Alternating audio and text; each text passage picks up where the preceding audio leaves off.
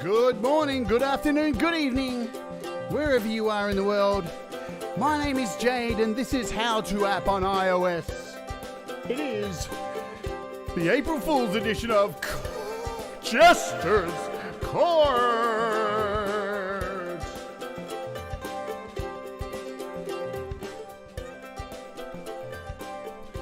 Howdy do, everybody. I hope you're all doing well. What's going on? Is everybody happening out there? Let's just cut straight to the chase instead of all right, let's just say this. I hope you're all doing good. If you're watching on Facebook, get ready because it's not going to be happening soon. We're taking that away from you. We, us, all of us here. And you are going to have to watch us. Only us, me. What am I doing? I'm being taken over by the us-isms and the we-isms. This show will only be on YouTube and on Twitch very soon, and you can join us at the Twitch at twitch.tv/howtoapp on iOS, but you can also come over to youtube.com/Jade or watch live on the website at howtoapponIOS.com. All that kind of stuff. So hello if you are watching on Twitch, hello if you're watching on YouTube. We're going to get straight to it today and bring in our very special guest. So both of these people, you will be well versed with who they are. So they are content creators here on YouTube, musicians, fantastic musicians in their own right, and really, really cool people. So without further ado, let's welcome to the show my two jesters that are alongside with me today, Pete Johns and Doug Woods. How are you, my friends? That's my Jester. I don't know what that was. Hello, Jade. Hello, Doug. Hello.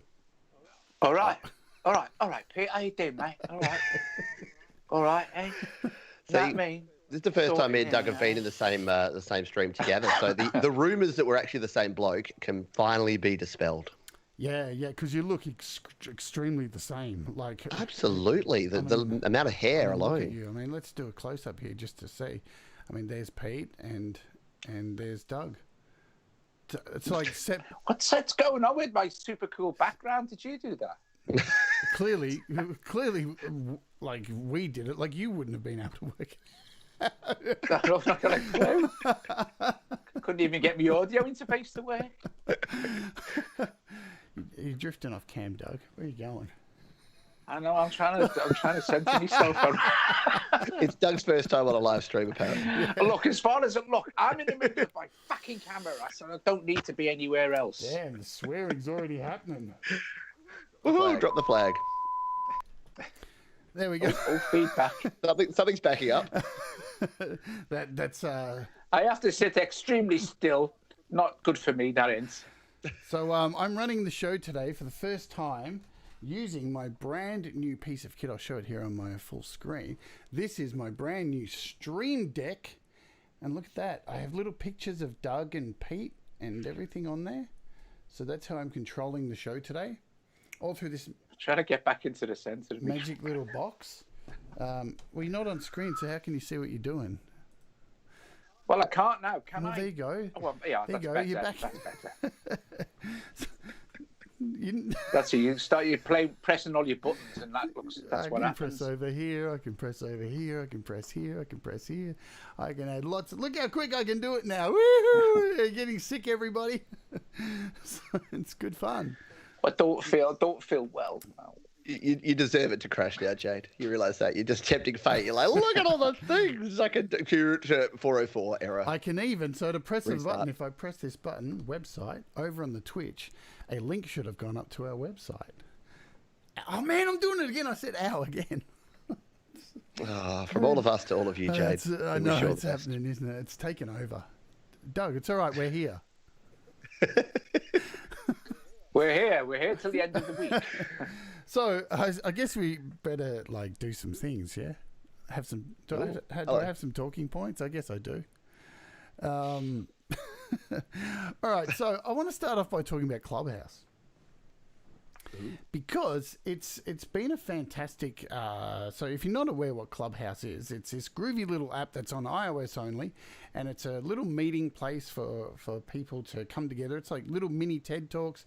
There's a lot of wanky rooms in there, and we've created our own little community on You put away the cloth, Doug, for God's sake. Man, really. How long? It's not going to get better. 11 folks. minutes in. Don't expect any Doug's improvement. got the wank cloth out in 11 minutes. That's the soiled cloth. It's not a wank. It is now. It's a. I was going to say it's a fiber optic, but it's not. Fiber optic. Microfiber. Fiber optic cloth. Wow. Hey, maybe you should have plugged that into your stream, Doug, instead of the Ethernet. Yeah. That would have fixed the buffering. Fiber optic. There is no buffering. Yeah, no buffering here either. All right, so tell us about Clubhouse, Pete. So, Clubhouse, thanks. Am I the adult supervision? Am I the Mary of this show? I guess so. So, Clubhouse is audio only social media app. As Jade already explained, it is super wanky because if you want to earn a 6-figure or 7-figure income doing anything, including scratching your own ass, apparently you can do it if you join the right room in Clubhouse. So like most social medias, there's been a bit of a prospecting thing where everyone jumps in and they like create these rooms where they've got all the people and they're like, hey, let's reset the room. Like make sure you follow all your moderators, make sure that you network with people on Instagram. So yeah, it can be a big wank fest. But the good thing is, it's actually a really high quality and easy to use audio only social network. So there's no typing, there's no video, there's no holds barred, and you can basically just chat with anyone, anytime via audio. And I dig it. And for audio people, I think it's pretty cool because we all like our audio. And I showcase my terrible audio from my earpods all the time. Yeah, the irony. The irony of the man who teaches us sound every day logs into Clubhouse every day and has the worst audio sound you can ever hear. It's gross. Doug, what do you think of Clubhouse? Oh, it's great, isn't it? Hey, that Clubhouse is great. Hey, I love that Clubhouse. I do. I tell you what, hey, you want to go somewhere where you can't hear any swearing and just be nice, that's the place to be. You don't meet no dickheads on Clubhouse. That's all I've got to say about the matter. And of course, that my wife spends all night on Clubhouse, and I have to fall asleep. I can't hack it. For those who haven't been on Clubhouse, it's always very confusing because you never quite know when Doug's in the background because Joe, who is the better half of the sound test room, as many of you know, is often chatting on Clubhouse. Clubhouse. I don't think Doug... Clubhouse. That's a different app. Don't download Clubhouse. You'll get a whole different experience. Our daughter's on the stream. Charlotte Wood. Say hello. Charlotte. Hello, Charlie. Hello, Charlotte. What was I saying? I don't know. Doug's distracted me again. Yeah, so you never know because Doug doesn't actually have an account, I don't think, on Clubhouse. Just like Joe has. Just like Joe had to set up Doug today. No, I do have an account. Yeah. I do. You just never use it. When Joe goes shopping, he comes on. Oh, okay. I don't know what he comes on, but he arrives. Apparently that rag. Yeah, that rag. Oh, God. Oh, man. So... seriously, Doug says, "Oh, hi, Charlotte. My daughter's here," and then it's straight into the gutter immediately. Charlotte taught me all the gutter language. I didn't used to swear. Oh my God! Joe's freaking out, and he can't hear it for years. So basically, club. She'll have one of them wild laughing fits in a minute. Yeah, look, bring it. Hey, if she has a laughing fit, bring her in because we want to get that on camera. She wouldn't get up the fucking stairs. Jeez, it started early. She'll come up the stairs now if you keep talking shite like that. She'll come up and give you a thumping. So look, Clubhouse. Clubhouse. Look, it's a really great place. What I found for all of us to come together, we've really made good friendships from here because we have all these the chats here in these in our shows, but you don't really get to hear people's voices. That's one of the drawbacks of doing a show. And since having a whole bunch of people come into Clubhouse chats, it's really been fantastic to get to know people because you get to hear the inflection of their voice and you really understand kind of how they're feeling on the day, and you understand if they really dislike something or like something compared to the chat. So that's why it's really cool, in my opinion. Forget all the because there's heaps of rooms where it's like, learn how to make 50 million in 5 seconds. Fire, it's lit. Fuck those rooms. They're shite.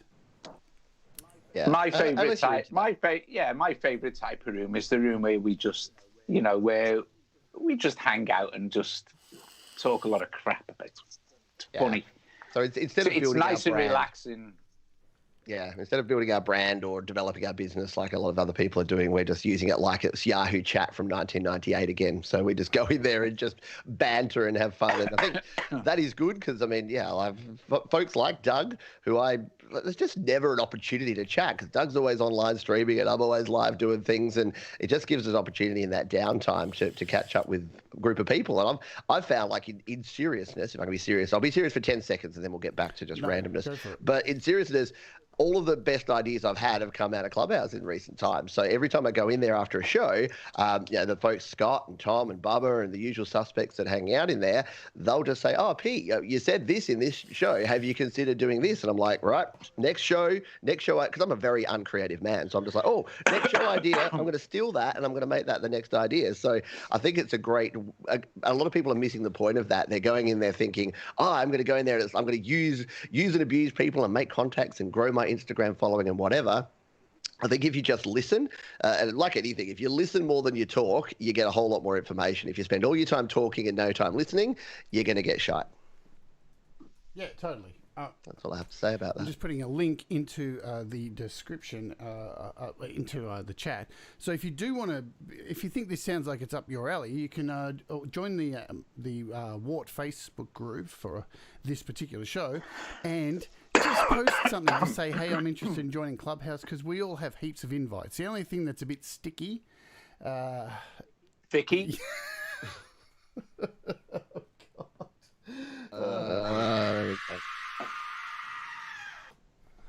Ooh.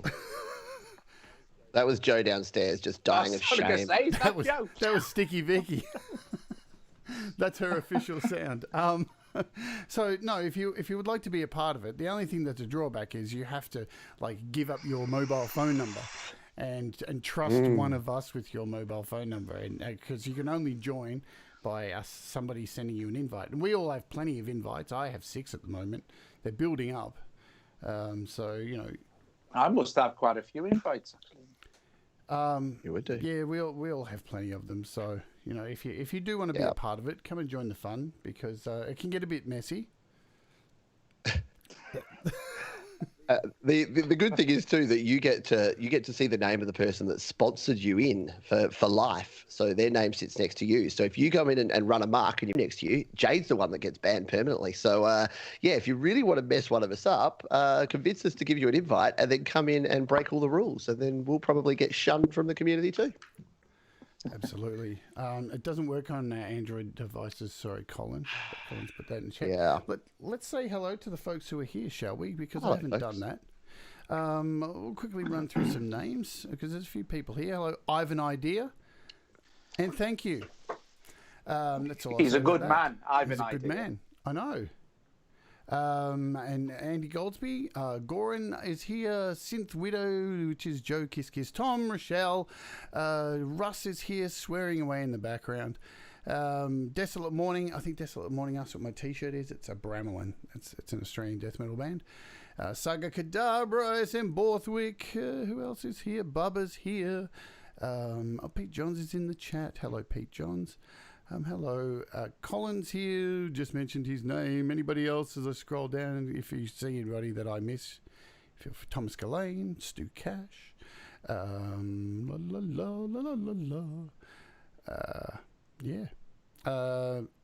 one, Sai is here as well, so hello to you. Patrick Chandler, hello. Kim is here as well, hello Kim. I'm not using any of my stupid effects. So, look, this Stream Deck thing is really cool. I have to admit, I was playing with it last night for 3 hours. It's very fun. I think I've covered everybody. If not, we'll have a halfway break. We'll have a halfway catch up. So that's Clubhouse. It's fun. All right. So I want to talk about ass. App acquisition syndrome. Ass. Yeah, okay. Yeah. Ass for us here in Australia. Ass for those in America. Ass. And how do you say it there in your country, Doug? Your country. Your country. Well, it would ass. Right. Well, I've never heard it colour. It's just usually gas in it. Well, no, it's not ass. That's gear acquisition Yeah, syndrome. yeah, We're yeah, talking about app acquisition. Right. syndrome. So, like, if you're an appaholic. Yeah. And I think I may be just a little. I don't know. How do you deal with it, Doug? Ass. How do you deal with ass? I don't anymore, do I? Because they send me the codes now. But I used to. I used to. When I used to buy loads and loads of apps, that I dealt with it by starting to do app demos on YouTube to justify the amount I was spending on apps, because the channel was already there doing music stuff anyway. And then when we got an iPad, I thought, oh well, you go nuts, don't you, and start buying all this stuff.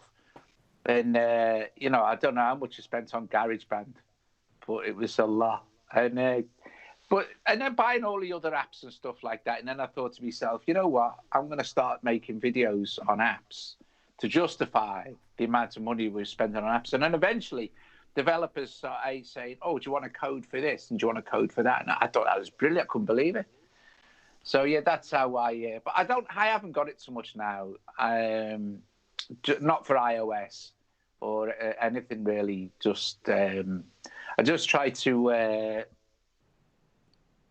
just do what I'm good at doing, and don't go mad trying to demo every single app that comes out. Is it possible now anyway? So I like to stick with the ones I know. Some of the new ones that are really good, but some of them aren't great, and I would never use them and don't particularly like them much. It doesn't mean to say they're rubbish, just means that I don't like them, But yeah, that's how I deal with it. I just do a video with it. But the trouble is, doing what we do, as you will know, is like a double-edged sword. So you get all the apps, and fortunately, loads of gear as well, and don't really use it as to its full potential ever, because you're just constantly moving on to the next thing, moving on to the next thing, the next thing. So you never get a chance to really get the most out of any particular app, I don't think. What about you, Pete? So yeah, I like that. So Doug, your advice is for anyone, just create a channel and then get free apps. That's the way to do it. Yeah. Yeah. Just start reviewing them and then get it all for free. So I changed tack. So early on, I started buying and downloading a lot of apps, and I'd lean towards the free ones where I could, but I'd spend a bit of money. And this was back when most of your apps were 99 cents or $1.99. Like, you didn't have the big $20, $30, $40 IK multimedia type apps. But I did go a bit nuts to start with. Then it was very funny. The first time was Clevgrand actually that reached out to me for the first time, because I didn't understand the whole culture. I didn't know you could get apps for free if you had some subscribers and talked about stuff. So Clevgrand reached out and they're like, "Oh, Pete, we've got this new app coming out." I'm like, "Oh, okay, cool. I might take a look." And they're like, "Do you want a copy?" And I'm like, "Okay." And they sent me this big jumbled mess of letters, and I went, "Thanks. What do I do with that?" And they're like, "Oh, you have to go into the app store and go down to the redeem code." I'm like, "Oh, you're giving it to me for free? Oh, okay. Now I follow you." So yeah, it was a brave new world. But yeah, and it is weird. And I think a lot of people, since then, every time I do an app review, I'll say, "Oh, thanks to the blah who gave us this app for free," because I think it's important that people know that if you don't buy, there's a difference between buying something and spending your hard earned versus getting it. And to Doug's point, I've started saying no, and I know people will think, "Oh, Pete, you're a wanker." Here I am slaving away trying to make enough cash to buy a few little apps, and you've got app developers coming to you saying, "Pete, we'll give you this app for free," and you're saying no. But I think you could spend 24 hours a day, 7 days a week. There are so many app developers making so many, granted, really good apps that you could actually spend all day, every day just trying new apps. And the problem with that is, what are you creating? Like, you're going to spend time just fiddling with apps, and you're not ever going to get to the point where you're actually making music, because you spend all your time trying around. So I think that's why I started about 3 years ago, when I started the Create, Record, Release Facebook group and started making that my motto. It was because I was spending too much time in the creating. I was just fiddling about, faffing about, pissy pantsing around with apps, and I wasn't actually making music. So I've flipped it around. And Jade, you can talk about this because you kind of put me onto this method, which is more that instead of going out and finding apps and then working out how to use them, you make music until you hit a point where you need something. Like you've spoken about the Mammoth bass amp. You were working on a track and you're like, I just don't have a good bass amp sim. Oh, there's this Mammoth bass amp. I'll try that out and put that in my track. And that's the way I'm going now. I'm like, oh, I need a compressor that just does this thing, or I need a delay that has a ping pong, nice stereo ping pong. I'll go and find that, as opposed to just letting it all come to me and not getting stuff done. Yeah, you make a good point there, because look, that we get bombarded with so many new apps, especially us, because we're, this is our business. That's what we do. And so, we have to have them just to show everybody what's going on with them, how to work them and all that kind of stuff. But at the same time, when there's so many that come out, and here's the thing, they're not going anywhere. So you don't need to buy them as soon as they drop. They're still going to be in the App Store, right? and more than likely, after a period of time, the price is going to drop. So, if you're definitely not using, if you don't need it specifically for that instant, then it's sometimes a good idea to maybe not buy it and join up some of these groups like I show on each day with the app sliced, and create an account and set it to the apps that you are interested in and wait for them to come up with a cheaper price. So, save a bit of money that way. At the same time, I don't want developers to lose money or anything like that. And most developers are fantastic. When they drop a new app, they normally have an introductory price. So they realize that this is a thing, so they try and release them at a lower price to kick off. But yeah, I do that. I do that. But at the same time, there are some apps which I see and think, I'm potentially going to use that in the future. Like, have a use case for it. Just don't buy it because it's the new thing. Yep.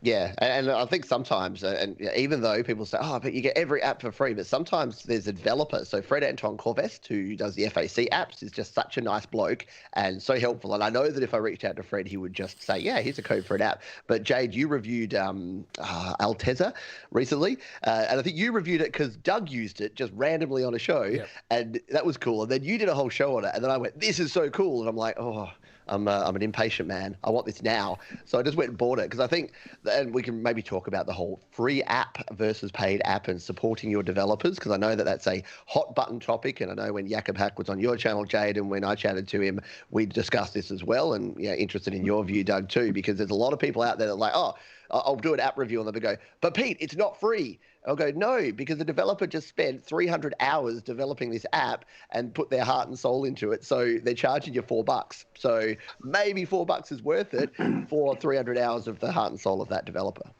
Yeah, what do you think about that, Doug? What about what developers charge for apps? About what Pete was just talking about then. What about developers charging for apps against giving them away for free? Yeah, free versus bottom of the the race to the bottom. Don't give. No, you've got to be paid for your work, haven't you? You've got to be paid. And look, you've got Nembrini that released the first 4 or 5 apps for free. Mm-hmm. It's a brilliant marketing strategy. Yep. Awesome, because it was quality stuff. There's stuff out free now, and there's like 1 million of them. But that's fair enough, because obviously the work that goes into this is like Paul. He releases a lot of apps. He works hard. Yeah. He works hard all day, every day. And, I don't think a developer should give away an app for free. I don't think developers should charge 20 quid for an app sometimes. I think there's been wise and there's been greedy. I think you'll sell many more apps if it's $4.99 than you would if it was $15.99, And there's a lot of apps, a lot of really, really good apps that can compete with you at $4 or $5, no matter what you say, and no matter what your app is, unless you're releasing a fully fledged door. Not many of them coming up in the future, though. So, that's basically covered, isn't it? So I think, developers have got to charge. But the other thing is as well, when people give us apps to review, I always say, me personally, I will never review an app that I don't like. And people used to say, "Oh, you love every app you do. Every app's brilliant. It's brilliant. Every app is brilliant." I said, "Yeah, but it's only because I'm enthusiastic and I like the app. I wouldn't. Why would I review an app that I don't like? That's so hyper negative for me and the developer. Because just because I don't particularly like an app doesn't mean that somebody else won't love it, you know. And look at the work that he's probably put into it. It doesn't need some bozo on YouTube going, all right, like, you know, but it's crap, it doesn't work. Yeah. Do you know what I mean? Like, this button doesn't work. Like, it's shit, this is. I don't like it. It's crap. Don't buy this app. You know, and that's a waste of everybody's time and effort, isn't it? I want people to watch me videos and go, this is what you could do. Just pick this app up. This is what you can do with it. If you like it, that's fine. If you don't have to buy it. The idea is not to sell them the app. The idea is to show them the app. And hopefully some people will buy it if they like it. And some people won't. Not everybody will always like what you do. But developers should definitely charge. I tell you what I don't like. I don't like subscription-based models. Yeah. Not for music apps. I think they're a waste of time because, you know, it just isn't. There's no way in a million years you're going to give value for money over the course of 2 or 3 years on a subscription-based app. It's just not going to happen. You can say, well, we had sound packs every week. Yeah, but, mate, nobody, after 6 months, mate, no one's going to touch your app. That's that simple. It's such a fluid market that it's here and it's gone, you know. So if you want to invest in an app, the subscription ain't the way to go. Charge for that app, you know. Charge $4.99 or something like that. Make it as good as you possibly can. Update it regularly. Maybe add some IAPs. It's a good way to keep topping it up. I think Cubase's thing of having Cubases 2 and Cubases 3, I think that was bonkers. I don't know why that even happened, but, you know, not to argue with the powers of Steinberg, because obviously they know what they're doing, or Korg, or anyone else who's huge. But I think some of the big companies have crazy ideas about what we want as users. Oh, brilliant. Thanks, darling. Hello, Joe. Joe, you can say hello. Hello. Hello. Hello. Hello, Joe. She's so timid. Hello. Hello. What? I don't know. Hey, I just wanted to thank Hambo Hounslow for the $5 super chat. Thank you very much. Great show, Jade, with your fellow Jesters. I'm all follow Jesters. We are the Jesters today. So we are indeed. I just wanted to touch on Doug's point there, because people said the same thing to me, that I'm ultra positive and that I don't ever review anything bad. And I wanted your opinion, because I know that there are channels out there, and I'll ask the chat here as well, because I think it's interesting.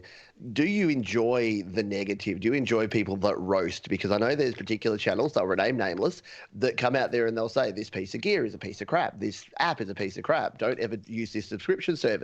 The way that I do things is the same way Doug does, and Jade, I think you're pretty similar, which is that we see a lot of stuff. And the reason that I don't review a particular manufacturer's gear is that I don't find that it's very good quality. I'm not going to come out there and just throw them under the bus, because some people may have a different experience to me, and I'm not out here to make enemies or to tell people what not to do. But if you read between the lines and you see what I do use and do like and do recommend, that's, I think, adding a lot more value than going out there and just saying negative. So, yeah, wondering if there's any value, or do you see any value in these channels that seem to like to put the negative spin on things? I'm interested to see what the chat has to say. For me personally, I just want to, I try and be as transparent as possible. Like, normally the apps that I review or look at are apps that I've actually chased down the developer. I'm interested in them. It's same with gear. Like, if I'm going to do something, it's something that I think is good, and I think I may not necessarily use it, but I think it would be good for somebody who uses it for that particular style of music. And at the same time, by me reviewing that app or playing around with it, I'm actually learning that particular genre of music as well, and I'm honing my skills, like I have been trying to learn to play keyboard and doing lots more synthesizer apps. So at the same time, I'm hopefully being able to give a different spin, because look, Doug's an absolute maestro on the synth. You know, he shits all over us. He's a wizard. You know, me and Pete are the weaklings on that instrument. I'm the weakest, but I find it really interesting that I'm getting to learn by showing off all these apps. So I struggle to show apps that I think aren't any good. I've turned away quite a few because I don't know.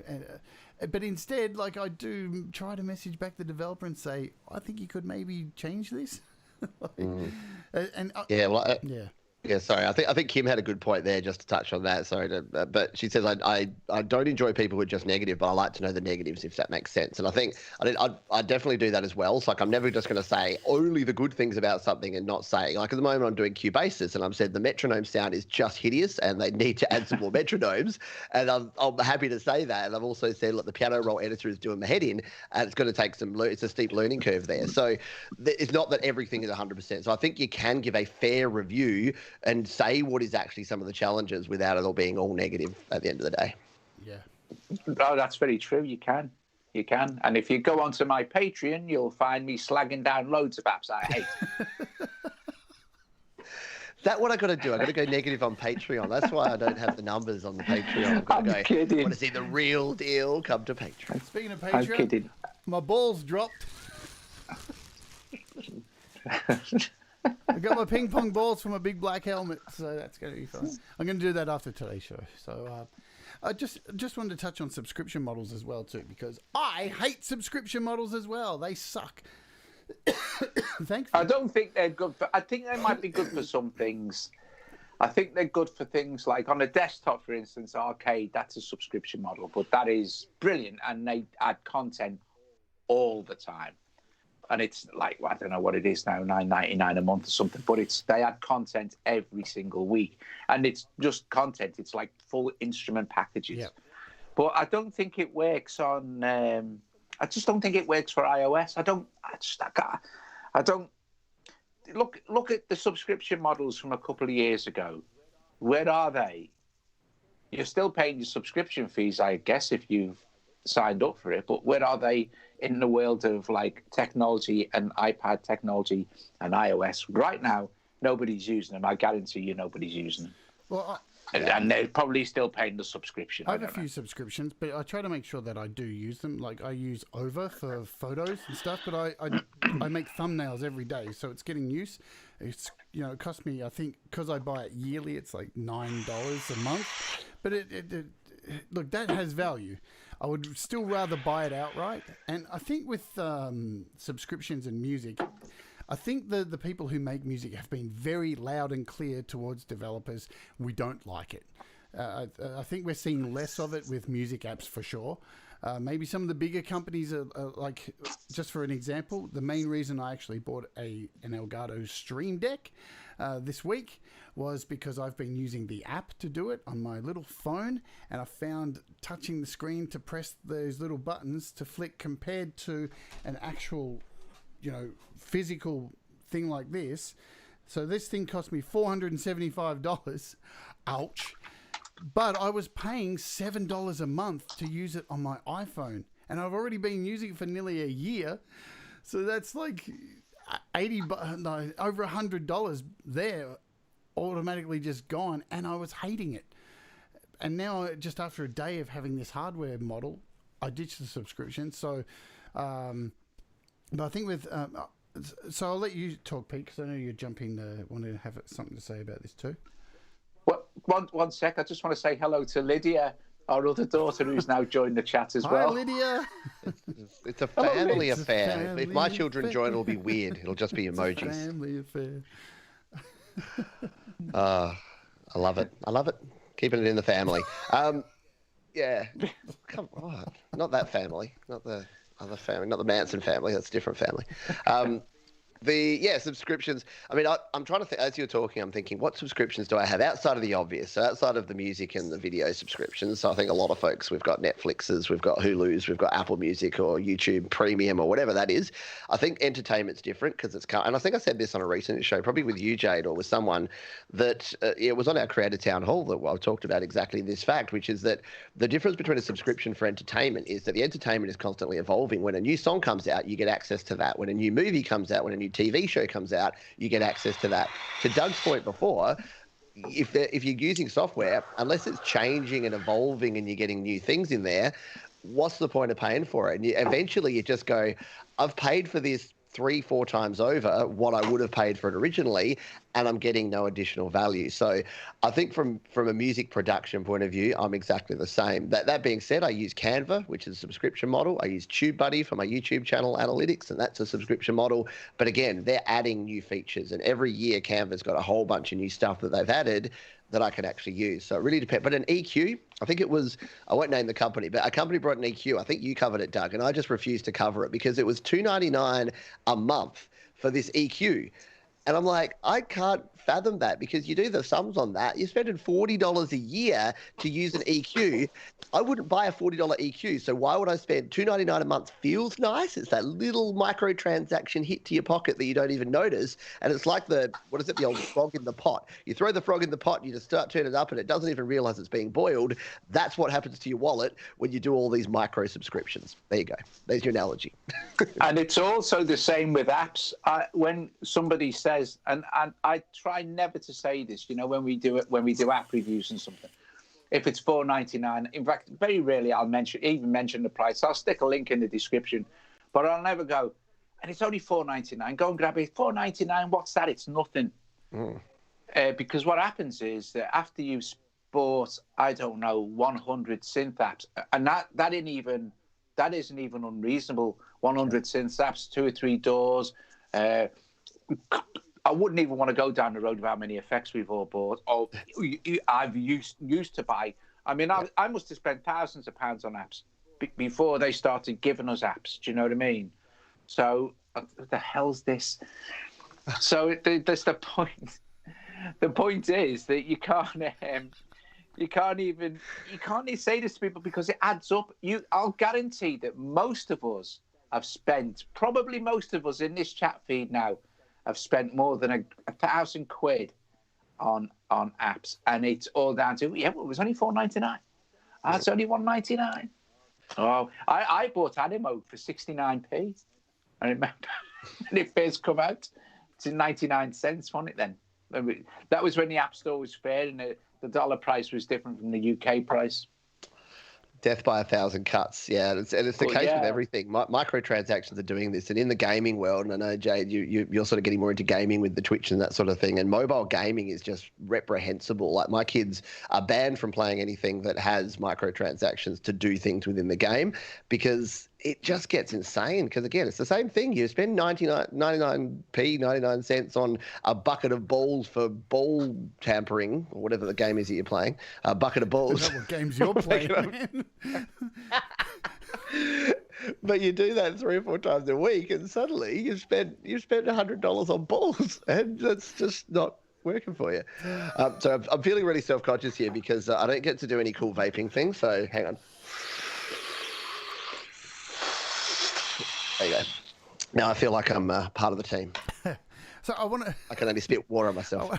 I want to talk about so this is contentious as well. Like, with people expect developers, once they release an app, to just continue to do updates for free, and it's all magical. Once they release the app, and I've paid my $1.99, I want more updates. Why aren't you updating? I paid my $1.99. Where's my AUV3? Yes, exactly. Why haven't you added this feature, which is really obscure and only I wanted? And I paid 99 cents for that app. Why aren't you updating it and doing that? Then you have other companies, like we talked about just briefly with Cubasis, who quite honestly, stupidly, in my opinion, went from 2 to 3. And, look, it's well known amongst the whole music making community that 3 has just been a nightmare. A lot of people are still using 2.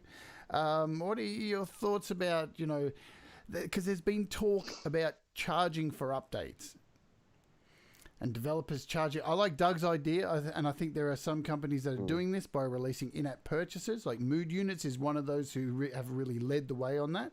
So just releasing new packs along with being able to update the app is a really smart way to go.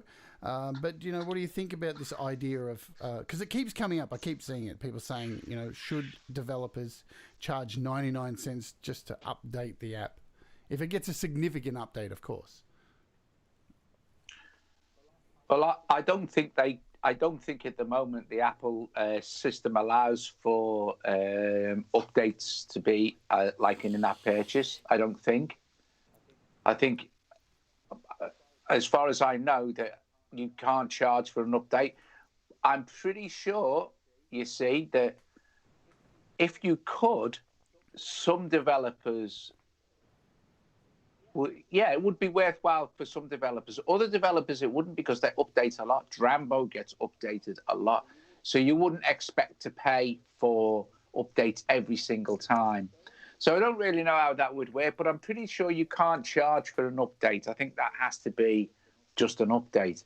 But the thing is, it's tough for developers because after it, like I said, because it's so fluid and everything moves so fast, it's difficult for them to make any money after the initial release. So they're sitting there thinking, and of course, Apple are notorious for this, breaking stuff every time they do an iOS update for developers then have to catch up. And it's all this extra work that Apple expect the developers to do. Well, actually, it's not even, they don't expect them to do for nothing, because they still have to pay their $100 a year, and they still have to pay ridiculous 30% on every app they sell. You know, which is just, what? And then they took away the affiliate program for people like me and you, which was just insane. And then would still expect me to stick 1 million links in the videos to do their job for them again for free. You know what I mean? So, not the developers, I'm talking about Apple now. But so I think for developers, it's extremely difficult because what you do, it would be nice, I think, and I don't think people would mind paying 99 cents for an update if it was like an update every 6 months or something. Because if it's an app you use regularly, I think it's fair. I don't think that's unfair. I don't think it's unfair. The irony with them taking away that incentive for people like us actually was caused by app developers creating those apps that show price drops. That's when it was. Yeah. And Apple came down on it and said, we don't want those apps on our app store anymore. So we're going to remove all of those. And in turn, that ended up losing the ability for content creators like us to actually have affiliate links to the App Store. Yeah.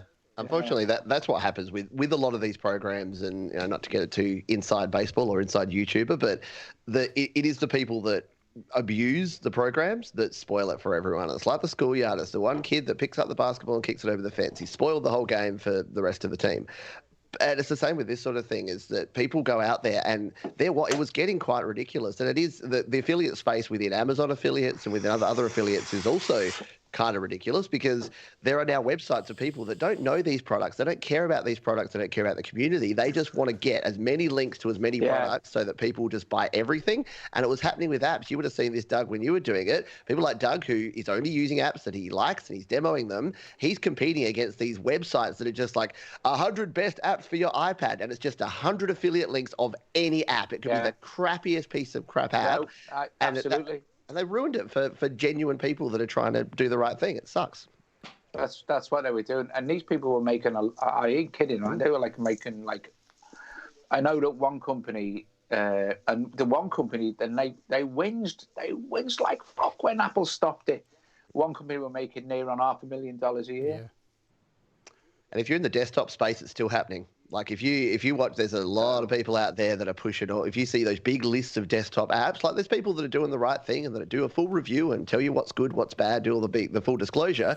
But there's people that aren't even telling you they're getting them for free. They're getting apps from these app developers, and then on the desktop side, because you can buy it through the website directly, they're getting 20%, 30% kickback from these developers, which is fine. Like, I agree with affiliate marketing in its principle. I use affiliate marketing for products, because if I use my M Audio key station, I got this sitting here, and I'll say, hey, I like my M Audio key station, I use it all the time.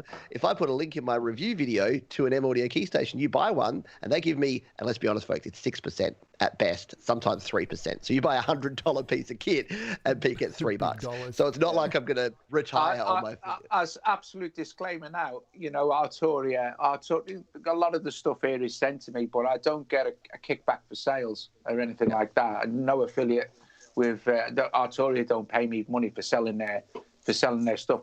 They sent me the stuff, and every time I review a piece of gear, everybody knows I got it from Arturia. I say we've got to be upfront about it. And if I do if I'm actually paid, it'll say paid promotion in the actual video. But I don't get any. I don't get any money for actually selling it. There's no affiliate links for that stuff for me. Hardly have any affiliate. I won with Loop Cloud a couple of years ago, but that's just about finished now. And I never think it made about 50 quid. And that's because I don't continually do constant affiliate promotion. You can always get offered affiliate links every now and then by companies and stuff. And I always say no thanks. Look, if I want to review your product, I'll review it, and that just leave it at that, And I'll if I make a few quid from the video, that's absolutely fine by me. I don't need to be getting affiliate links and stuff like this. You don't really make any money unless you, like you said, Pete, unless you're going like the website way of banging these out to millions of people. And I don't know, I can't see the enjoyment in that for a content creator who just wants to make videos of apps he likes or something. That's for me. There has to be. I do this. God no, it's 24/7, and we do this 24/7. We don't really take a break, not really.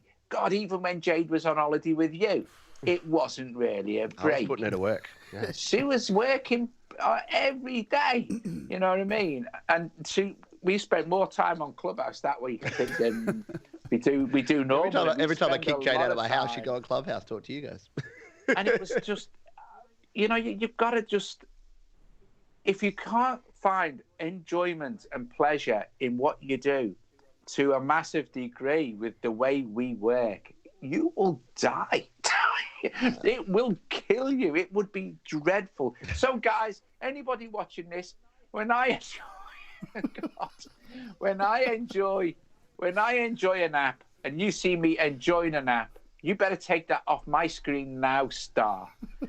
When I enjoy an app, it's because I genuinely enjoy it. Oh, dear.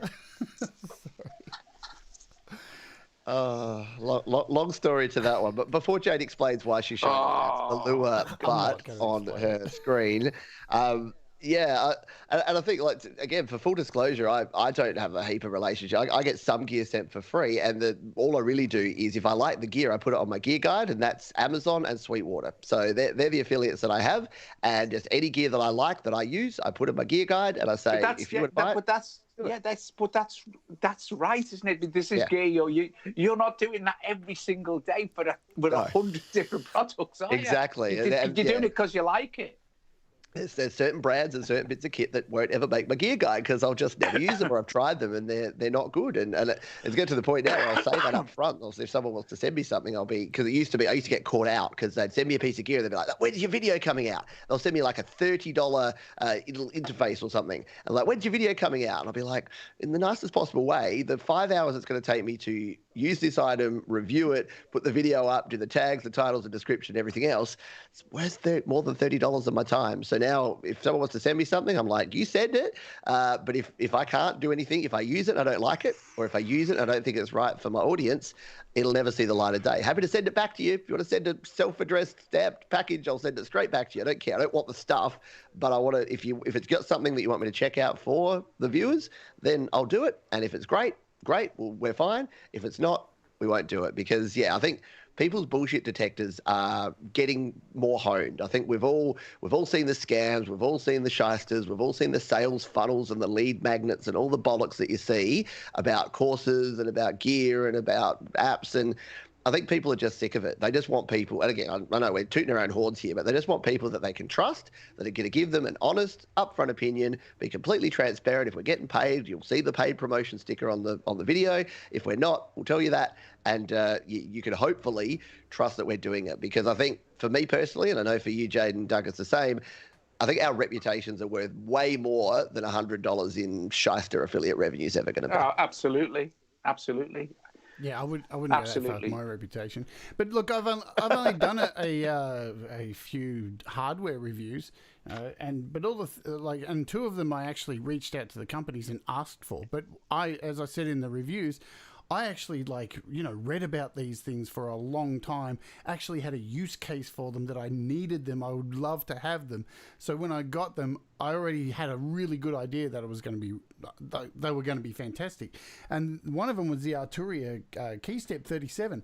And as you can see, I use it every day on my show. Like, it's more used than my guitar these days, and I had to pay for all of those. But I've had a look around my room here. There's a crap lot of gear that I currently have that I can do shows on now, which I actually paid for, and that's something I look forward to doing also. But you're right, Pete. The bullshit detector does go off. When I look around YouTube, I can normally spot bullshit very quickly. And if I think it's bullshit, I'm definitely not going to engage with it. And I've got to like the people too.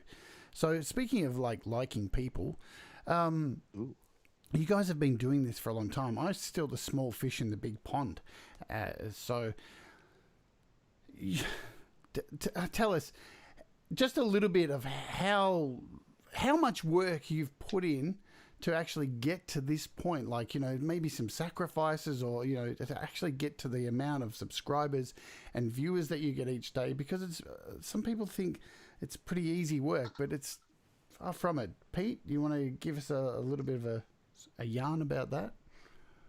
Yeah, sure. So, yeah, no little violins out for me because I have a blast. I enjoy what I do. You can probably see the passion. If you ever watch a video, I'm having a really good time. But that's the hour or so that you see me live, or that's the 10 minutes in the video that you see, which is heavily edited down from probably 15 takes where I completely mess up. But, yeah, it has become my life because the way I started out was, back in the day, I saw folks like Patrick at the GarageBand Guide. Sorry, the GarageBand Guide. Got to pronounce it correctly, and Doug on Sound Test Room, and I'm just like, these guys are doing something that I would really love to do. And as I'm looking around, I'm like, oh, no one's really covering GarageBand iOS that much. Maybe there's something that I should sort of do. And as I'm learning it, I'm like, well, might as well put these videos out there. And it really just started with that. But it's been nearly six years now. I lost. We've got a mitmer. We've got some effects there. Is that my time limit? So sorry, Pete. You were blowing your own horn. That's all. Oh, it's not my own horn. Sorry. I've lost my train of thought. But yeah, so it took a long time because I never did it to have a YouTube following, and I never did it to make money. And I think a lot of people that talk to me these days say, oh, how do I get a YouTube channel, and how do I monetize it, and what's popular, and how do I chase the trends? And the thing is, I couldn't do YouTube about cryptocurrency. I couldn't do YouTube about cannabis or NFTs or whatever the new hotness is because I'm not passionate about it. I only can do this because I'm passionate about it. And thankfully, I'm super lucky because I did this as a side hustle for 5 years and I was working a full-time job at the same time. And, it was basically, I would get up at about 5 a.m. and then work 5 till 8. I'd then put my corporate hat on, and then I'd do 9 to 5, and then in the evenings I'd maybe do 8 to 10 again once the kids were in bed. So it was a bit of a grind there to do it, but eventually it got to the point where I could actually, quit the day job and then do this full time. But in terms of what you do behind the scenes, and Doug will know this and you too, Jade, is that there's a lot goes on. There's a lot that you have to do in terms of business development, like emailing back and forth with different people to organize things. There's a lot to do with the editing and the preparation. And I know for Doug, people see Doug's shows and it's like so casual and so laid back. And he's like, oh, we'll just have a fiddle about with this app. He still needs to have everything set up and have actually used the app before, because a video where you just use the app for the very first time is fun sometimes, but if you do that every time, it's just you faffing about for an hour. So there's a lot of preparation that goes into it too. Doug? I'd just like to say that Arturia, a company that you need to... Right, I'll just... think I've got a presentation from Arturia. Oh, look, it's all gone blurry. It's weird. Right, anyway. I've been doing this, I think it's 10 years next month. 10 years on the 11th of May or 16th of May, something. And been doing this as a business since 2016. So full-time since 2016. Before that, and it takes a long time before you actually make anything worthwhile. It's got ages and ages. So it's almost 24/7 for me. and Joe, we put an awful lot of effort into the sound test stream. You know, if you could stream 3 times a day sometimes, or we make a video maybe for the Patreon site, or just make videos for Patreon. And then also the YouTube stuff as well. And then all the other stuff, all the other posting to social media things and stuff like that. And then the actual learning of the apps. And well, when I say learning, you know, sort of learning, just because I don't like to go too deep, you know, because my brain would explode. But yeah, it takes an awful long time. It's a lot of effort. And you've got to be, the thing is, when you go on to do the videos, especially now with more live streaming, which I absolutely love. When you go on, because you can't edit a live stream. That's it. You know, if it messes up, it messes up, and it's there. You've got to try and fix it. I think it's good when things go wrong. I think it's really good to fix it live and to show people that it can be fixed live. And you know, it's not the end of the world. And also, it's only music at the end of the day. So if something really does go drastically wrong and you lose a piece of your hard work, as I did the other day in a live stream, when I was a desktop one and something proper crashed in Reason, I lost an hour's worth of track. You can't really get bothered about that. You know, you just gotta say, well, it's only music, and it is only music. There's a lot of worse things in the world going on for us to be whinging about stuff that's upsetting us and stuff. But I think it's just, you've got to love what you do, and just so lucky that we do what we do as a living now. But it's not easy. We don't make mega bucks neither. Do you know what I mean? You think people? For some reason people think you make loads and loads of money. You don't. You don't make loads of money. Not at my level anyway. You don't.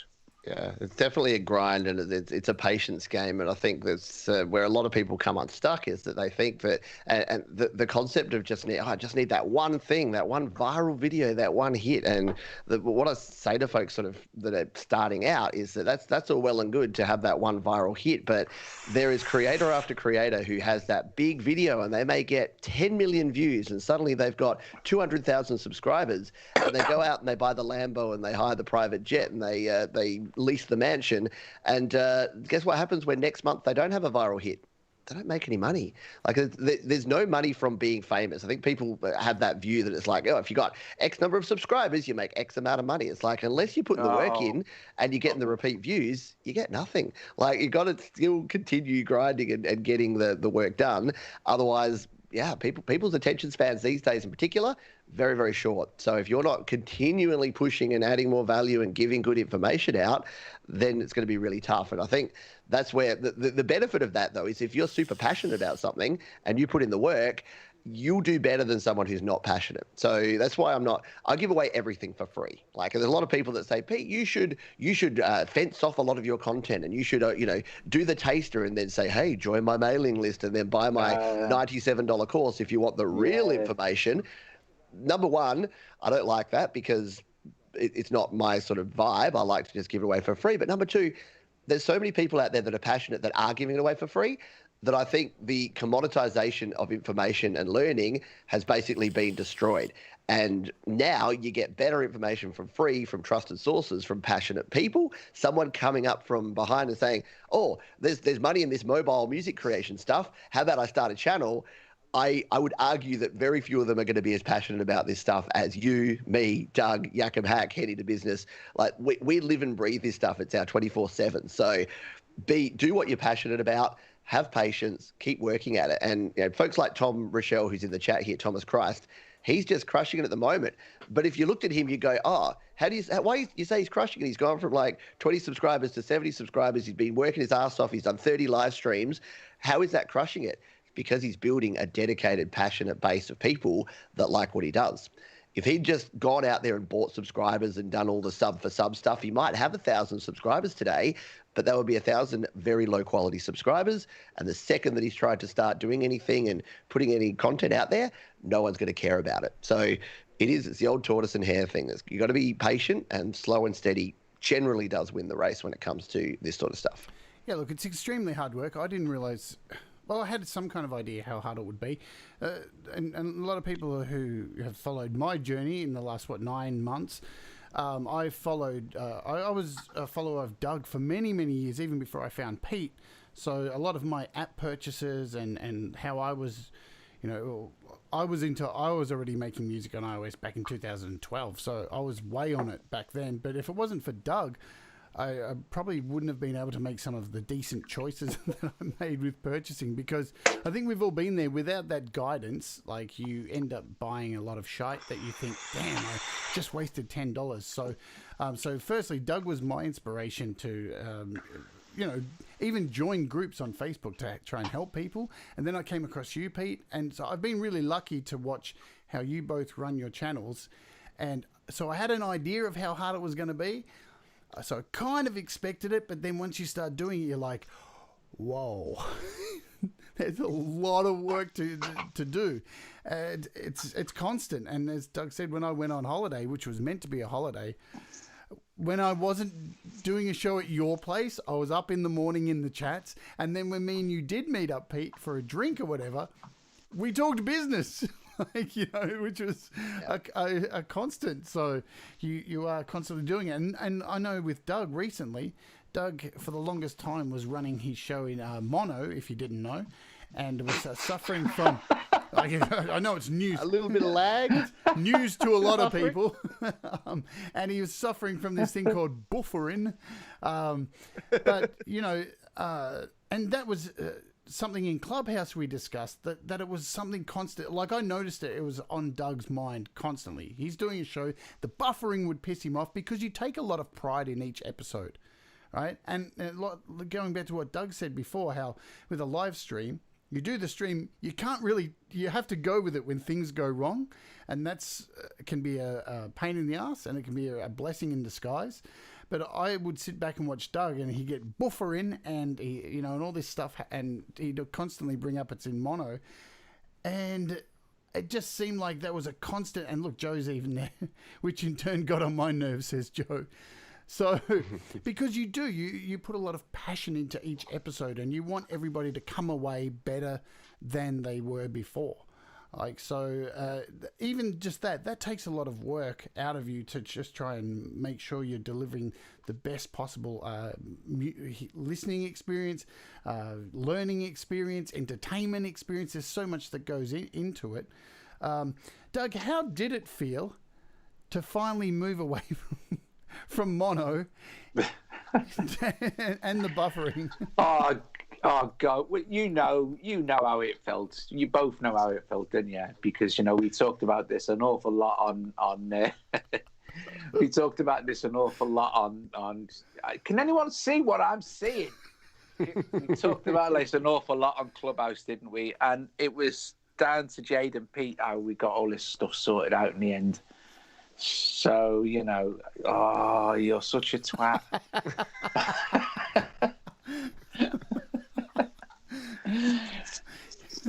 But when we did that first stream after we brought the connected everything up to Ethernet, do you remember us saying the Ethernet will work, and I'm going, I didn't even know you could plug your phone into the Ethernet because that'll stop the buffering. And I said that might be in stereo, and then it wasn't.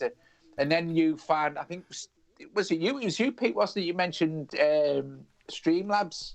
Yep. Brilliant. And that was it then. But it's so many people don't know about it, because you can go back on YouTube and look at tons of people streaming with an iPhone, and it's all in mono. Mm. And they're all buying these little mixers and stuff like that, thinking it's going to fix the problem.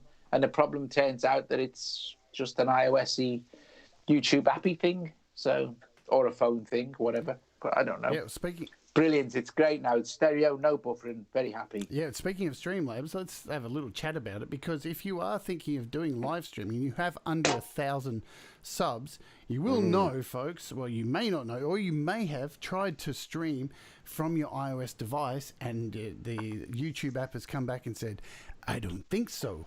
You don't have enough subscribers. So this is another great solution. Not only will you be able to stream using this app on your iOS device to get stereo sound, but you can actually stream from your phone using this. It gets around the YouTube system. So I don't know how long that's going to be a thing until YouTube go, I don't think so. But it's a worthwhile app to download and create a Streamlabs account if you want to start streaming from your iOS device in stereo.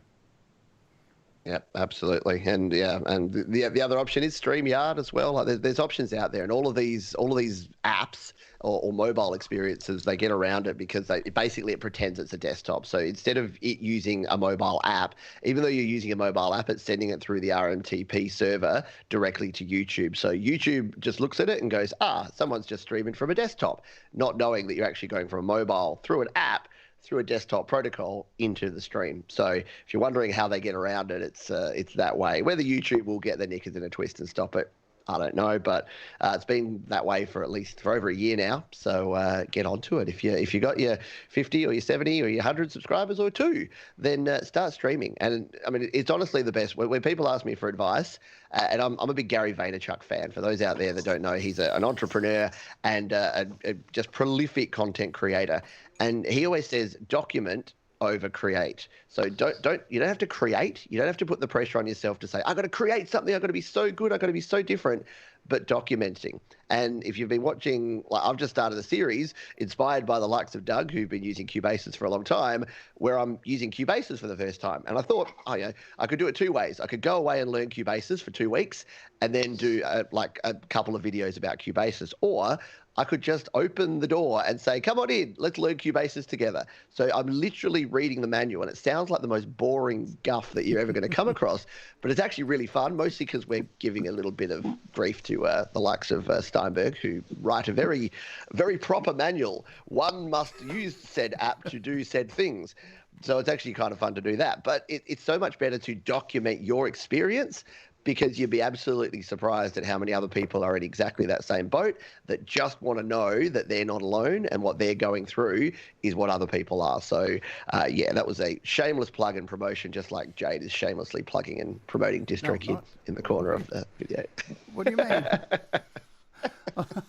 We love you, DistroKid. I'm not doing anything like that. I do. All bow down to our master. I do love them because of this fantastic Twitch thing that we discovered, which was really, really cool.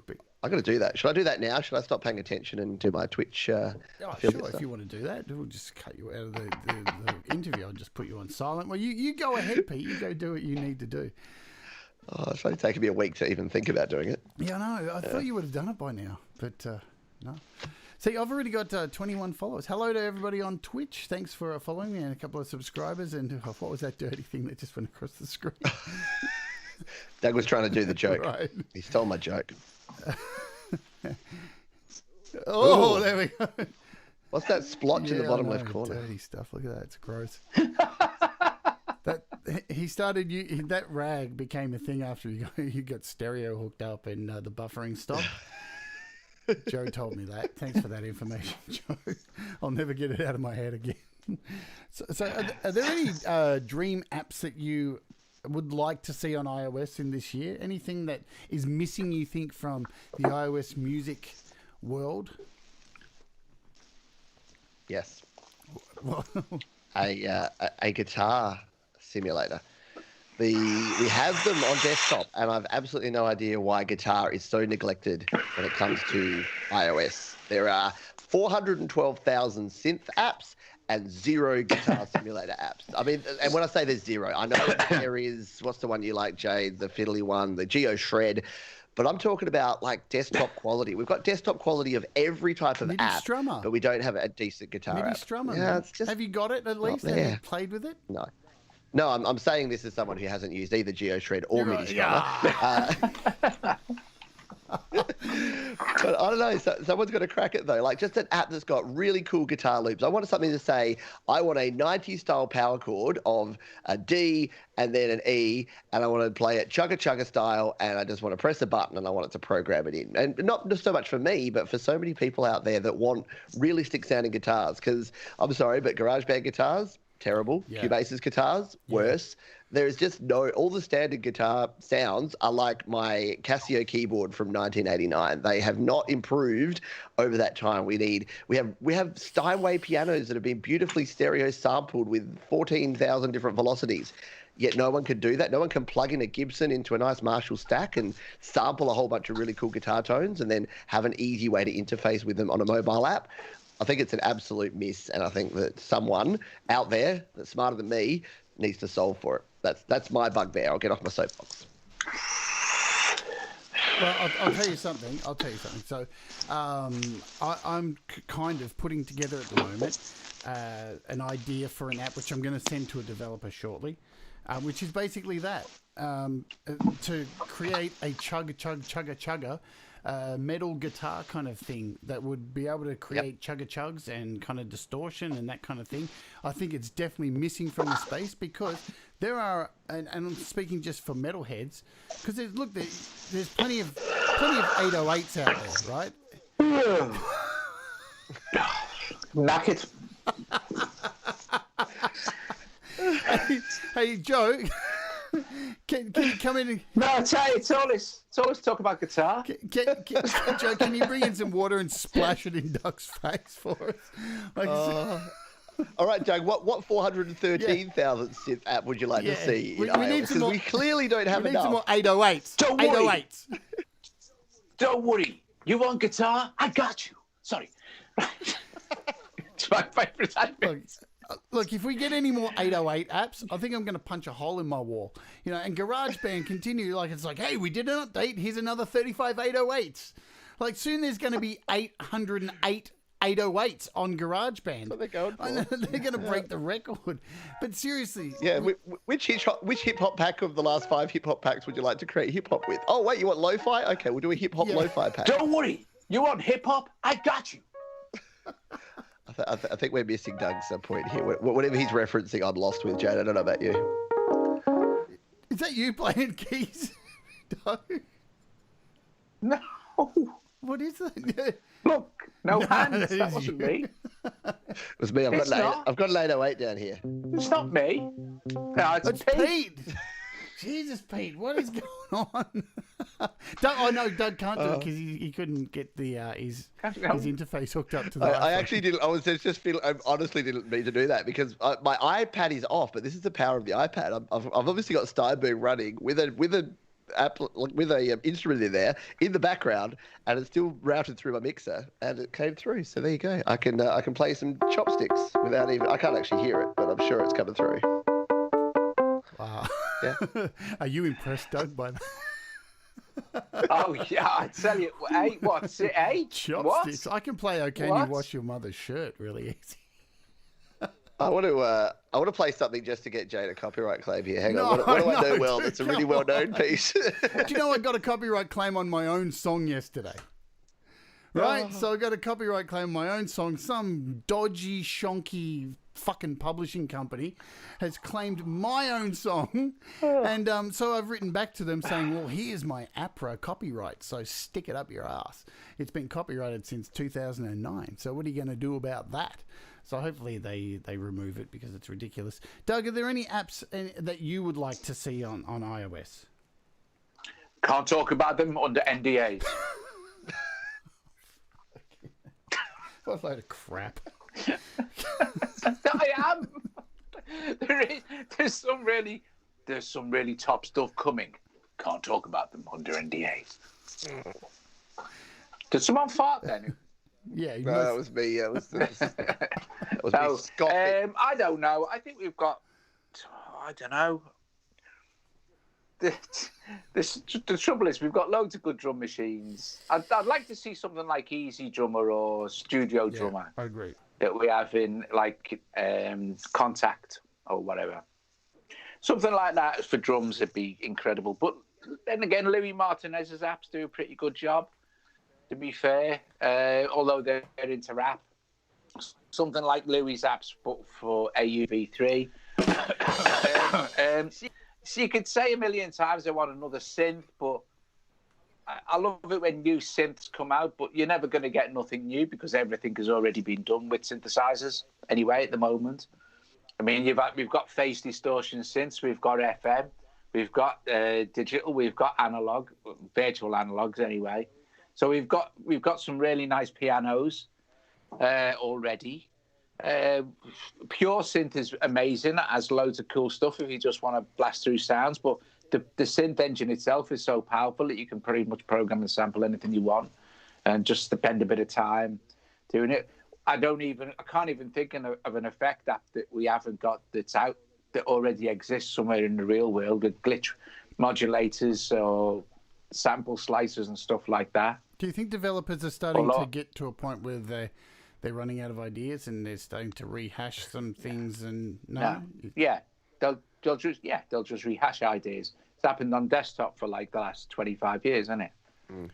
There's nothing original. There's just reinvention reinventions get better because a developer will release an app, and then someone will release something that's similar to that app, like maybe a flanger or a chorus, but they'll add a little tweak of modulation here, a bit of this here, a bit of that, so it'll get slightly better in that way.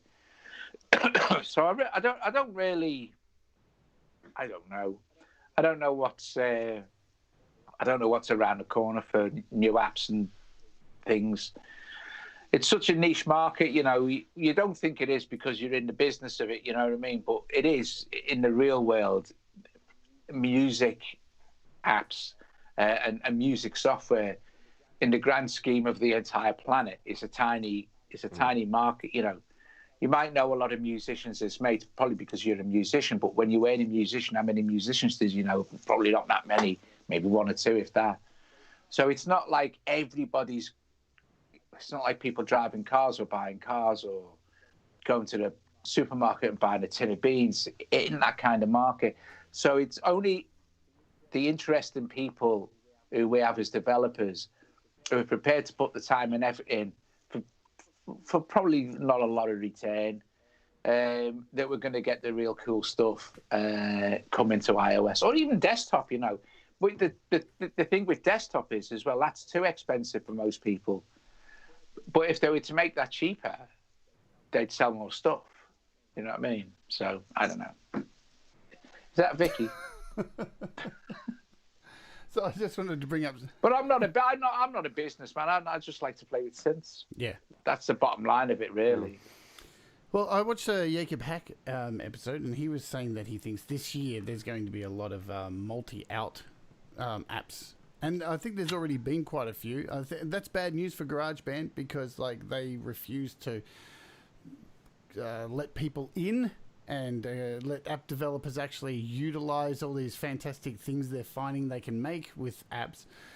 And so they're going to get left behind with that kind of stuff. So all these multi-outs are just, I think there's definitely a lot of possibilities with that stuff. I agree with Jacob on that. So I'm looking forward to more of that. Yeah. So I'm on the price drops because I wanted to mention this. There has been a bunch of price drops. So Ravenscroft is dropped, folks. If you've been holding out on that, Ravenscroft is down to $17.99 US. So it's half price. Jump on that. Ravenscroft is what? Oh, you should get Beathawk is $4.99. $5, man. So if you haven't got Beathawk, Doug did a show on it yesterday. Was it, Doug? Yeah. I'm gonna. What does it do? Why should I buy it? The door. Does it do good things? Does it play guitar? It's an AUV3 door, so it's a door within a door. You can open up as a door within a door and has some beautiful instruments. I'm going to do a show on it this week and show some of the instruments. So definitely look for my video on using. Just search Beathawk in AUM, Pete, and it's just brilliant. It's just so clever what it'll do.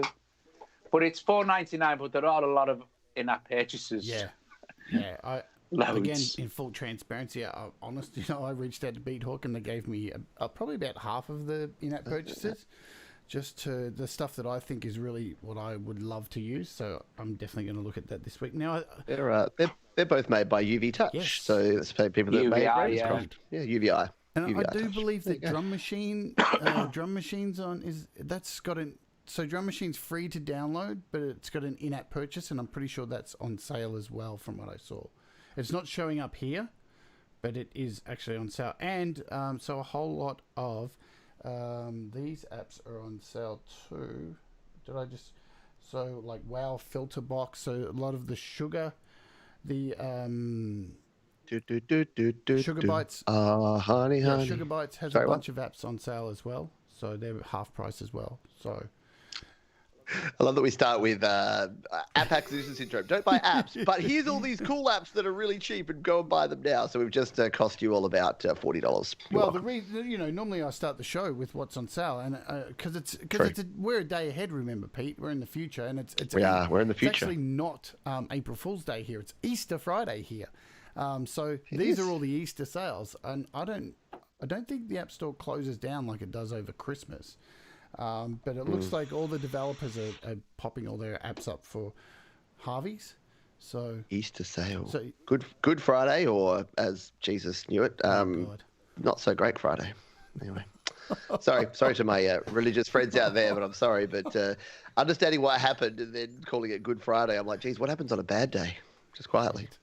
All right, thank you. I'm out. Okay, Exit stage left there, Pete.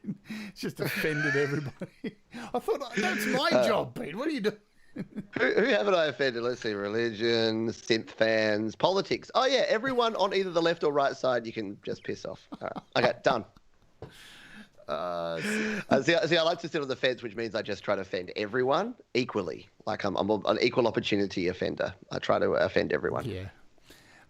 So, do you guys have any musical projects? I know you've got something going on over your channel, Pete. You're working in a Cubasis, and you're making. Tell us about this song that you're making over on your channel. Well, it is community guided, and basically every day, every weekday, we're going live for about an hour, and we're just building a track over time. So far, all we've done is worked out what genre we're going to do. I'm reading the Cubasis manual to work out how to bloody use it, and the genre is going to be 80s synth rock. So there you go. Despite my talk of synths, I'm going to have to actually learn how to use them and actually use them in an 80s synth song. And then I wanted a topic, and I put a bunch of cool topics out there. I'm like, what about big hair? What about like 80s fashion and 80s nostalgia? And someone suggested Back to the Future. And so we're making a song about Back to the Future, which happens to be my favorite movie series of all time. So we are having fun doing that. So there'll be an 80s synth rock song with a Back to the Future flair. Think Huey Lewis and the News meets Alan Silvestri score. Could be a whole lot of fun. And we'll be doing that all April. And it's not an April Fool's because, like you say, we're in the future. But we did have a very cool GarageBand update. If you saw my Instagram yesterday, I'm gonna have to go. Battery's out. Yeah. Well, battery's out on 15%. So that's all right. You got 15%, so that's a bit of time. We're at the end anyway, Doug. Don't panic. I'm not panicking. I was just saying I had to go because my battery's low. Well, I reckon we'll get through 5 more minutes at least. So, do you have anything that you're working on musically or anything like that, Douglas? Yeah, didn't you watch today's video when I said starting a new Joe and Doug album? No, I'm just a moderator. Even I knew I'm that. Just a wow. So that's what I'm doing. See, this is it. Like, it's entertainment. I'm doing it for the folks watching. Do you understand how this works, I mean, Doug? Weren't you there today? Yeah, I was there. So, and the title of the video was starting the new Joe and Doug. Off. Starting work on a new Joe and Doug with Machine Mark Can your battery just fucking die already? And then she asks me, right? She says, "Have you got any new projects on the go, Doug? Can you tell me about? Or fucking smart ass in a bleeding dreadlock?" It's a music creating question all over again. It's like Jade's just like lobbing it up there, ready for Doug to hit it out of the park. You can show that clip as much as you like, but that was a stupid question. I will. Dickhead. I'll show it over and over and over. Because look, I know you're getting ready. To go now, so I'm just like going to play this waving over and over and over again. By the way, this is all very serious, folks. This wasn't planned. I think Jade and Doug are actually having an actual spat live on. We do every day. He calls me dickhead every day. If you join Clubhouse, count how many times Doug calls me a dickhead a day. It's just getting out of control. But I am. I'm a dickhead. Gotta own it. Gotta own your dickheadedness. Can't we do the dick on the head joke? That was that's my favourite joke ever. Go for it if you want. Like, no, I couldn't be bothered. Come on, this is the only chance you're going to get to do it. You have to join Clubhouse. Give him a taste. Well, it was a scientific question, and if you had a dick in the middle of your head, how long would that be? How long would it have to be before you actually seen it? I mean, it's scientific. Yeah. I'll tell you the answer. All right. Right, okay, so if it was in the middle of your head, right, so how long would it have to be? How long in inches would it have to be? 6 inches, 7 inches? It doesn't matter. It doesn't matter how long it is. You'd never, ever see it because your bollocks would be in your eyes.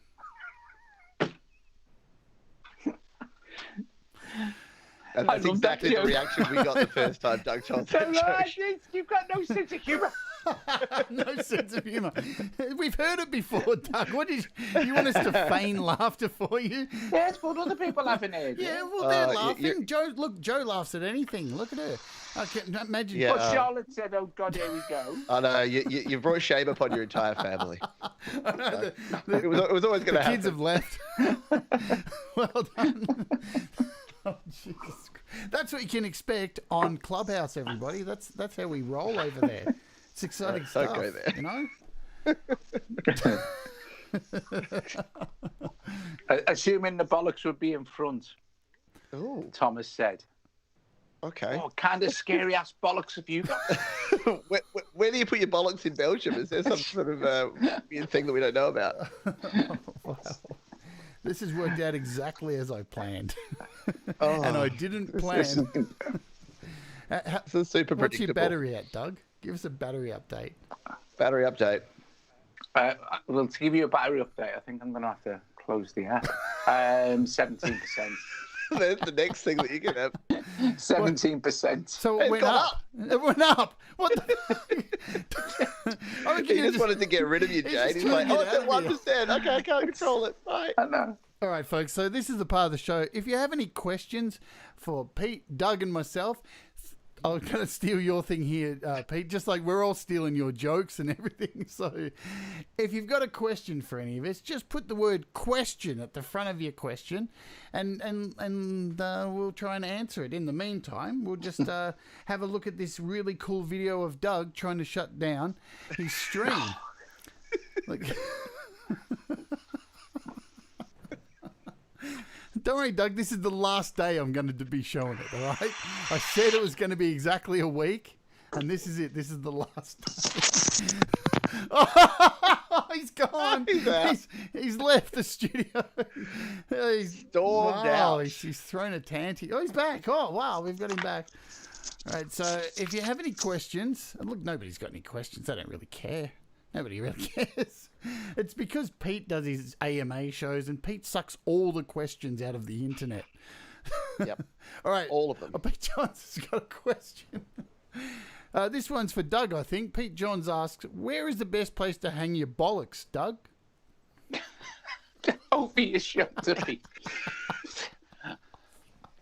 Is that like do your ears hang low, like the old schoolyard version? Do your balls hang low? Do they wobble to and fro? Can you tie them in a knot? Can you tie them in a bow? Can you toss them over your shoulder like a continental soldier? Maybe. What? Well, hang on a minute. Are they the new lyrics for your song that you're doing over on the channel page? That's my new song. That's what it's going to be. Question. Rob Crusoe had a question for me, a quite serious one too. Oh, where is He Doug said- from? Liverpool.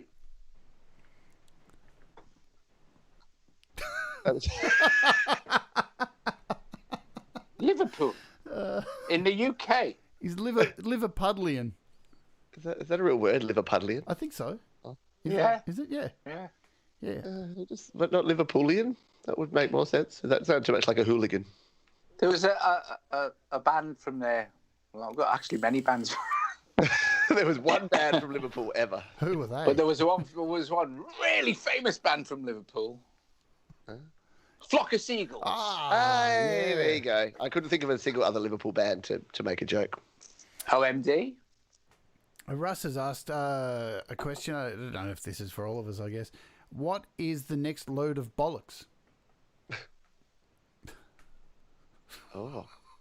Well, I don't know, Russ. That's quite. I find that quite insulting. Yeah. Yeah. Maybe when this show's finished and it's uploaded to YouTube, that'll be the next load of bollocks. I think so. Very likely. Yeah. So pleased it's not on my channel. This is where programs come to die. Take one for the team, Starr. I do every day. Is this why my numbers aren't growing? No, they are. You're offending and pissing off just the exact number of people that you're actually encouraging. So you're just going to sit like that forever. Yeah. Like every day someone new comes on board, and every day an old person just says, like, "That's it, I've had enough. I'm out." I'm gonna complain. Dan Ekberg asks, Pete, any new collabs in the near future? Ooh, no. No. No, I'm not. I mean, let's be honest. Jade will probably find a way to play drums somehow on my new song. I am your drummer. You are my drummer. So you have to learn how to record drums in Cubasis and join me. I can do that. But no, I don't have any collabs in the future. But what I'm starting to do is on the channel. You might have seen that the Creator Town Hall that we have every week on every couple of weeks we're having guest hosts on there. So I've got a few folks that I'm chatting to come along and be guest hosts on the Creator Town Hall, which was actually Jade's idea, by the way. And I say that so that when it fails, I can blame her, and when it succeeds, I'll just say, "Oh no, it was just she just suggested it, and I ran with it." So that's the. But no, nothing collaborating music-wise. I tend to find, I know you've spoken about this before, Jade, that I start collaborating on something and I always feel really bad because I tend to let people down because I'm so slow at doing things and I never have the time or make the time, and then I feel like a dick because I haven't done things quickly as I should have. Doug, are you going to collaborate with somebody apart from... Oh, yeah, no, you're collaborating with Joe, so we've already gone over that. Anyone He'll else? lecture you again, Joe. He'll lecture you again, Jade. He's like an old grumpy grandpa. Well, I'm collaborating with Colin all the time. Yeah. And with that'll take a while, that album, because I need to be enthused for prog. But you've got some of that stuff, ain't you? Yeah. I'm going to be mixing that. Then there's stuff with Joe, and I think that's it. Oh yeah, we and you were supposed to be doing some weird noise type experimental thing. Yeah, I hope at so. some point. We've talked about that, doing some crazy weird noise thing that'll probably piss everybody off, but that's what noise is about. So if you don't like it in advance. My real problem is diary dyslexia, where I don't really like making, when you make plans for things and then you think, I don't want to do that. The first thing I got it this the other night when he says, "You want to do this?" The first thing I said was, "No, I don't want it." Yeah. Then I have to go away and think about it, and process it in my head. But that's just me, Yeah, you're really hard to convince to do things. No, it's not. No, it's not. It's not that. It's just that. Every time someone makes a plan, it's not the convincing thing or the thing that I wouldn't enjoy it. It's just the committing thing, I think. Doug's afraid of commitment. Yeah. Well, I'm not afraid of actually real commitment, but commitment to things like videos, or commitment to things like going out to places or going to somewhere for dinner or something. It just has to be a spontaneous thing. Yeah, I'll tell you, it's just the way I am, I love to plan things because I love to not do things. So you can not do something, but nothing feels as good as having to do something and then deciding not to do it. So I just put a whole bunch of stuff in my calendar just so that I can cancel it and feel good about myself and go, wow, now I've got all this free time. Whereas if it was just free time in the first place, I'd just daddle it away. Speaking of commitment, you really committed to this shot, didn't you, Doug, back in the day? Oh gosh, yeah, brilliant band we were. So just as a quiz, we'll end the show with a quiz. So people in the chat, who do you think is Doug out of all of those? So put it in the chat, and the winner will get fuck all. But who do you think is Doug? And it's actually a trick because Doug's none of them. You can just see him brief. He's hiding back there in the bushes. Like it's actually a trick. Out I am actually all of them. Oh, it's like Gary Hubb's band. It's just everyone is Doug. Really? I thought there was two guys in Gary's band. Is that not his brother? I've been told that it's actually just Gary. I know. I thought it was three guys. Have you seen his Ice Ice Baby? He's got a drummer too, and a bass player, and a guitarist. So he's got a pretty cool. They all look like that in Canada. They've all got the big beards. Oh, there we go. Well, we've got the close-up view now here. There's only one that looks happy, and that's the middle bloke. So no, it can't be Doug. That one's then. definitely not Doug. He's always grumpy. He can't. right? The happiest bloke in the middle is not Doug, so it's got to be one of the others. Bloke on the left looks like he's just seen something really disturbing off in the distance. He's like, this has changed everything. I think he's having flashbacks to when he was young. I like the cricket jumper of the guy on the right. That's definitely a cricket vest, isn't it? Biffy, a cable vest with a blue jacket over the top. Nothing says style like that. Look at that. It's in the 80s.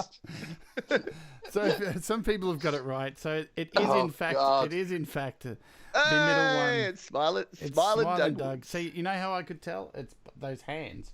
Look at those hands. You see those every day on the show, and they haven't changed. He's got lovely hands, Doug.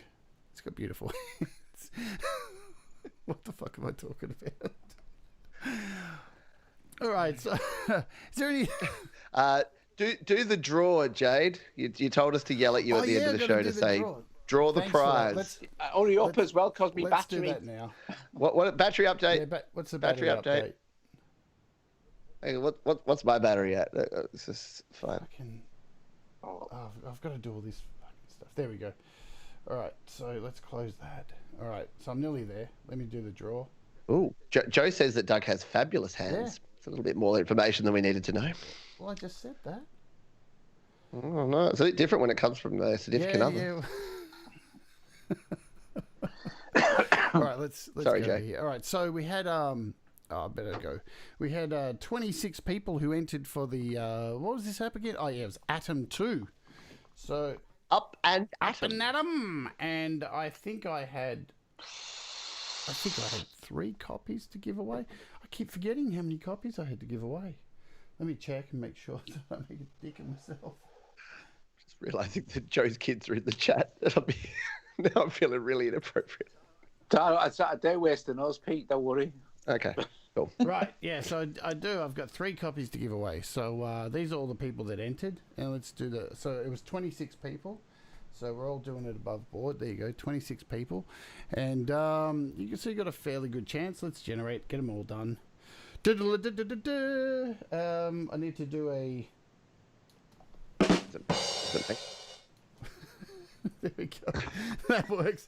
Number 17, AOV. I think that's perfect, Pete. Thank you. Thanks for that. All right, so the other one is oops, did I do it? Yeah, 15. John Perk. So that ought to perk up your day. Boom, tish. I'm a bit late with the sound effects, sorry. And the last winner is number 7. Lucky A.L. Levy. Is that the same person as ELV? Just in a different... I don't know. Sounds like me. Yeah, there you go. So there are the 3 winners. Congratulations to all of you who have won. That's that. Is there anything you guys would like to plug before we bugger off for the day? Don't tempt me. We better plug our pie hole before we say anything else inappropriate. That's my suck. So that's it. That's it. That's the end of dog racing. That's the end of dog racing. No, I want to say thank you to everyone who's been here and for everyone supporting Jade and supporting this channel and Doug and my channel, because we honestly could not do this stuff. I mean, we would do it if we were just talking to ourselves, because you've seen what we're like. We've joked about this when we're in our retirement homes and we're in our rocking chairs at age 85. We'll be sitting there and we'll be pretending to live stream, and the nurse will have to come around and just say to all the other people, it's okay, it's better this way. They think they're live on YouTube. We'll be like, welcome back, folks. Please like, comment, and subscribe. So we probably would do it to no one, but it's more fun doing it to you folks. So thank you.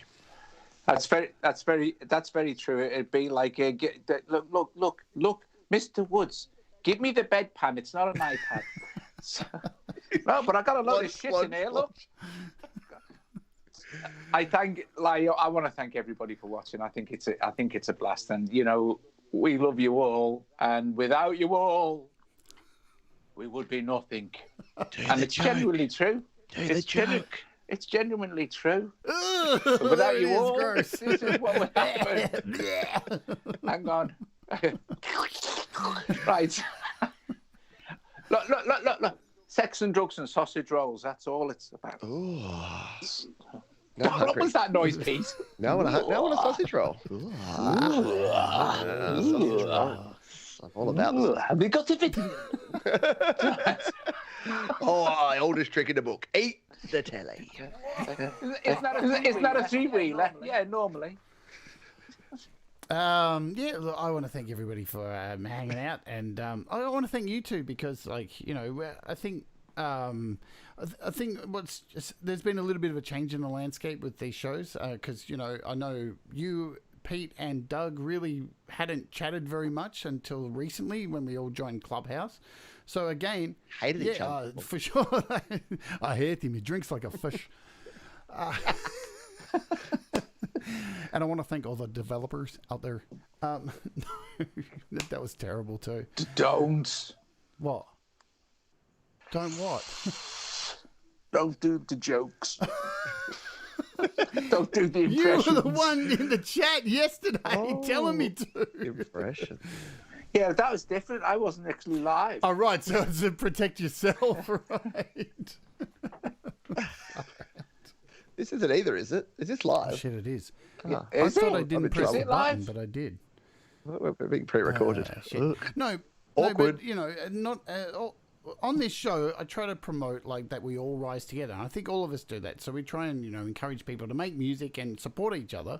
And there's been an incredible influx of that, which has been fantastic, just for the people who watch the streams and are making more music than I've seen over the past few years in all these groups. So that's incredible within itself. But just having more of us come together as content creators, I think is just only going to hopefully benefit you all even more. And we can have a laugh about it too, because it's not always serious, you know. Sometimes it can get a bit serious, way too serious. And as Doug says quite a fair bit, Pete's selling the whole create, record, release. And Doug sometimes says you don't really need to release because there's two sides of it, because sometimes it's just absolutely fun to make music. Yep. And if it's not fun anymore, like I say to my children, if you're doing something for enjoyment and you're getting frustrated and it's not fun anymore, do something else, because no one is forcing you to create music. And if you're not enjoying it, why are you doing it? Yes. Well, I want to thank you all for joining us today. I hope you had a bit of a laugh, a bit of fun, and got no information whatsoever. Wasn't the most informative time. But it was April the 1st, wasn't it? What did we expect? We're just pissy pants about it. Because sometimes you need to just let off steam, and I'm really happy we did this. So thank you both for coming on and supporting my channel as well. Because without you, You're welcome. I wouldn't be able to keep the lights on, would I? None of us could keep the lights on. Come on, Doug, grab your dirty old cloth. There we go. So without all your support, none of us would be able to keep the lights on. The world's first triple joke. Okay, now it's completely dead. Yeah, thanks, folks. I think Doug's phone died. Oh damn! Gotcha. April That would have been Fool. perfect. Hey, Pete, was there something new you were going to talk about? Did you have some new thing? Did you do that? Yeah, I did do that. I didn't see it. I did do that. Didn't see it. It's a bit late now, yeah, for my GarageBand using friends. The exciting news was that GarageBand for CarPlay has just been leaked, and it's actually going to be released at WWDC in June this year. Apple want to keep it all hush-hush, but yeah, it means you'll be able to actually record in GarageBand on the screen in your car as you're driving along. So I think that's a huge change. It's going to absolutely revolutionize it. Those driving bass lines are going to be even easier to get, and if you want to get a crash cymbal, there's only one way to go. Oh, there. Jesus Christ. All right, everybody. Thank you so much for joining us. Thank you, Doug. Thank you, Pete. All their links are in the description as usual. If you don't know, go and click, listen to their music, go and watch their channel. Thank you all so very much for supporting the channel. I'll see you back here tomorrow. I'm sure Pete will be back tomorrow. I'm sure Doug will be back tomorrow. We'll all be back tomorrow. And yeah, have a great day and keep creating. Mistakes make you better. Do the things that make you happy. We love you all. Goodbye. Oh, I've got to get my music ready. Here we Yeah. go. Ta-da! There's the music. See you later. Bye. Bye. Bye. Bye. Bye for now. Bye, everybody. This is the last time you're going to get to see this. Enjoy it. This is the end of Doug's video, my end, the friend. Say bye, Doug.